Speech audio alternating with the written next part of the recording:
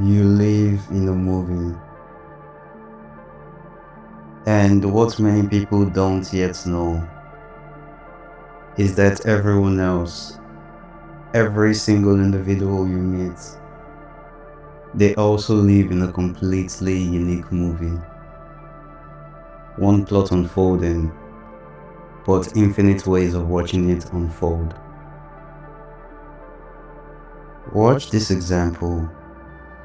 Imagine a typical weekday, traffic jam, you know the kind, bumper to bumper, nobody moving. Now imagine looking at the people in the vehicles next to you. Same traffic jam, same moments in time, but totally different mental movies playing in each head. Person A glances at the stopped traffic ahead and feels that familiar tension building. I'm blocked. I'm gonna be late. This is awful. Annoyance and impatience taking hold. Person B, one lane away, takes a deep breath and actually feels calm. Finally, a pause, time to think without anyone needing anything from me. Maybe even a little thankful for the unexpected quiet.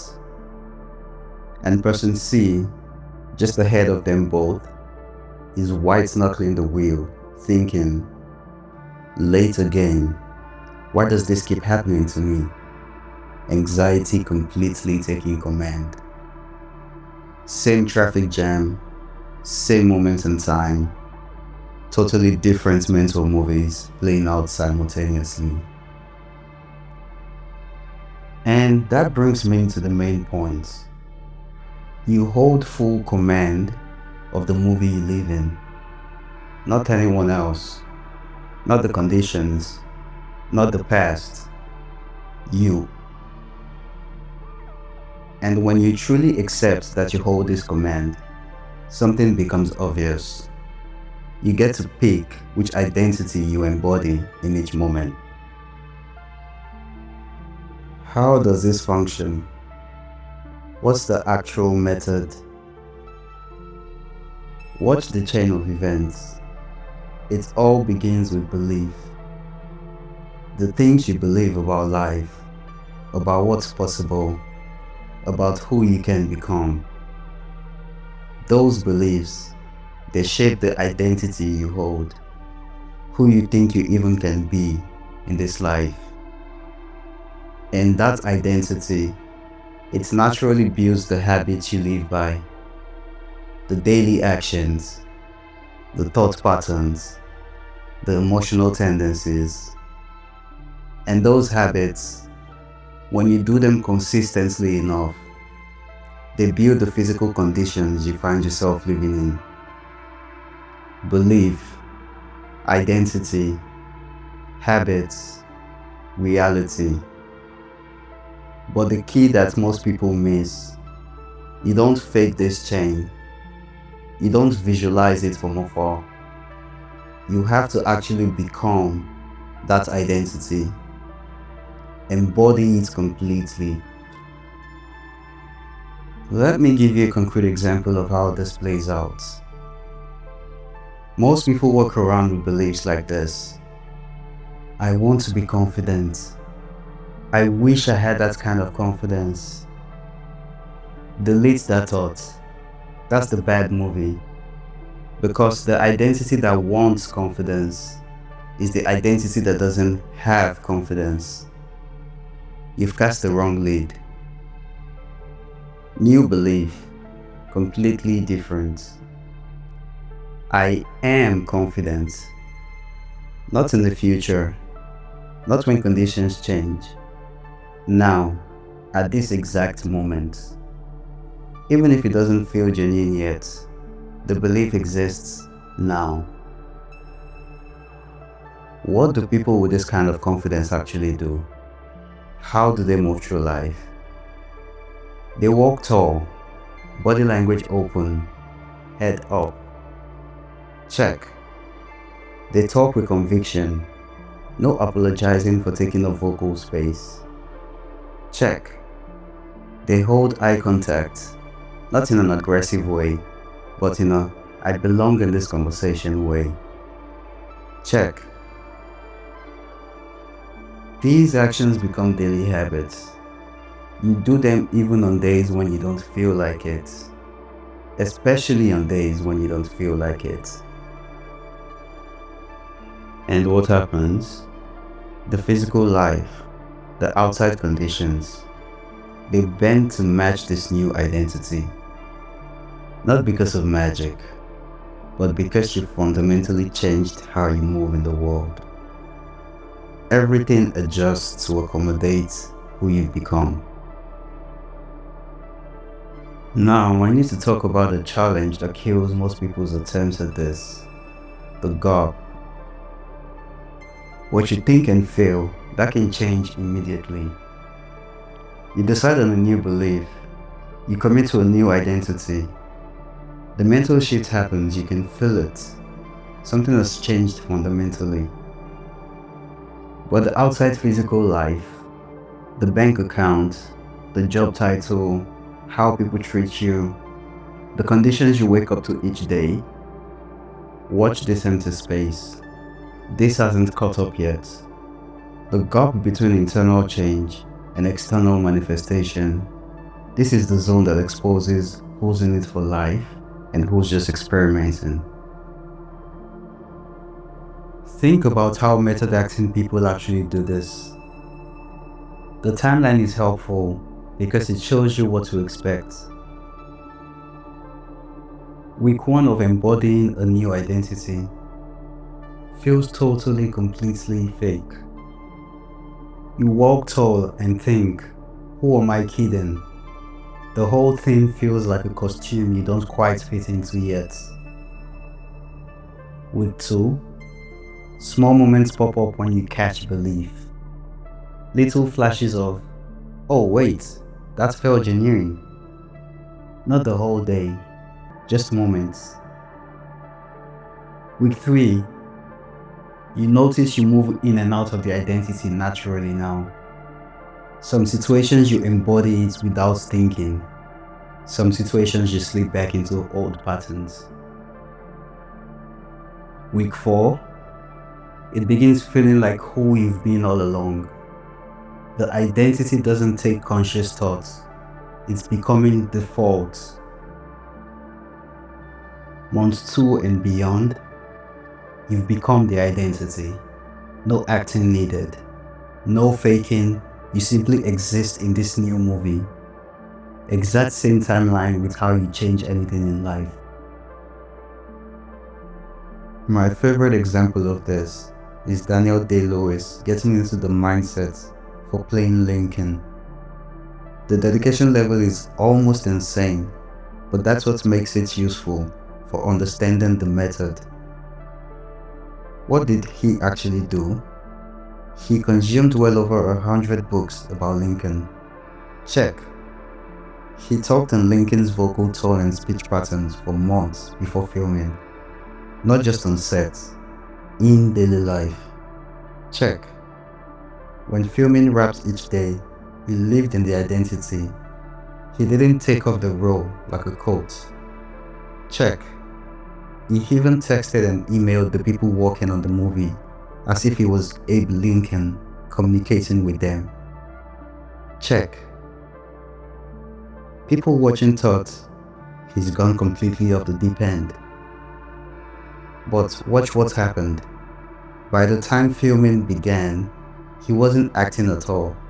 He had become Lincoln. The identity was lived in so completely that no gap existed between him and the role. Method acting people hold their identity, even when nobody can detect it yet. When the outside hasn't caught up, when people think they've lost it, they maintain the internal shift anyway. They know something fundamental. Inside changes initially, and the outside, it's always, without fail, catches up to match. Always.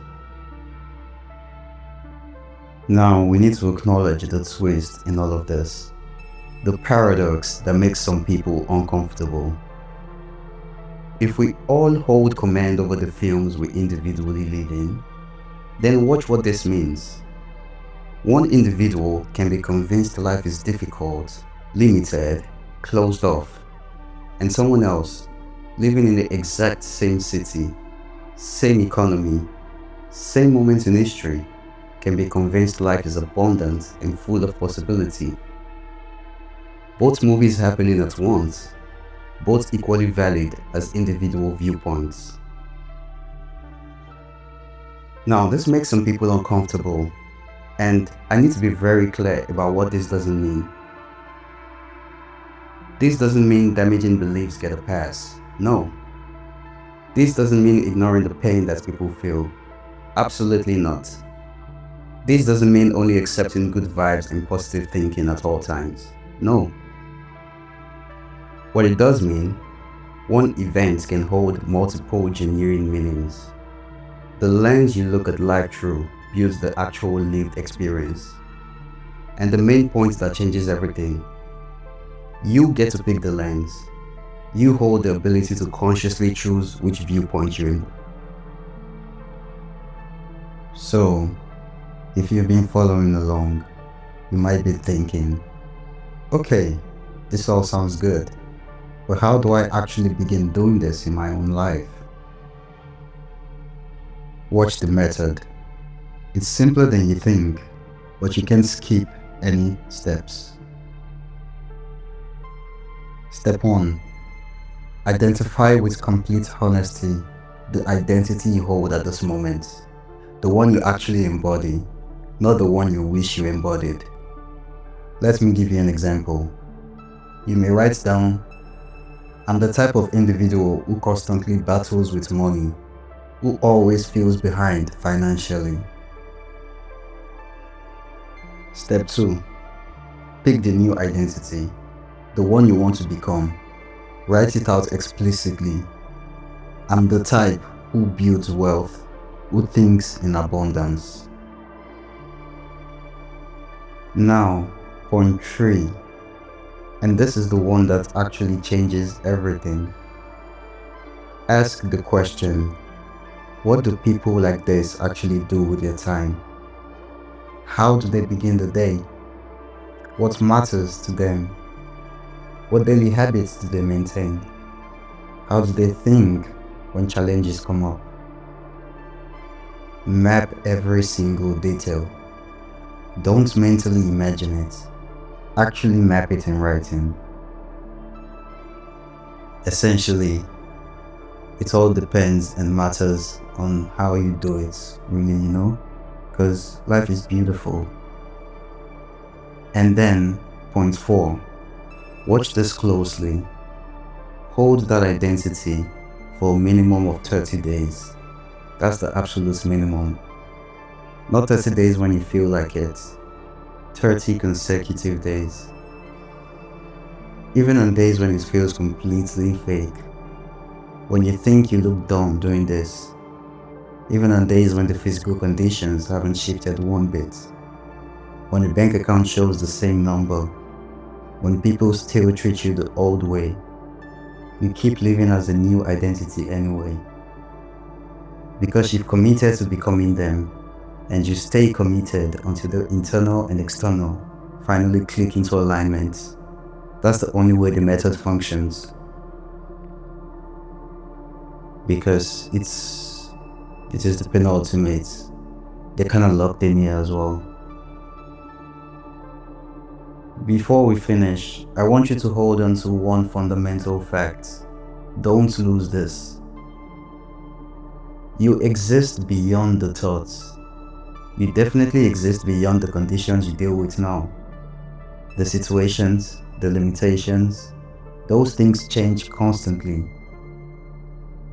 What you actually occupy, the witness position, the vantage point that watches all the mental movies play out.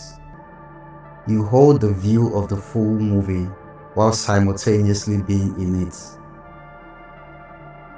And that witness position, that conscious awareness watching everything unfold, that can make decisions. That awareness can choose which thoughts to believe, which identity to hold, which habits to build.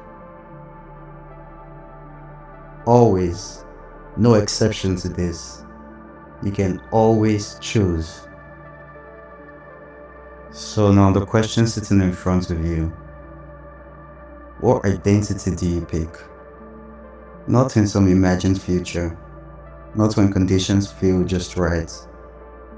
At this exact moment, in the now that exists while you watch this, who do you become?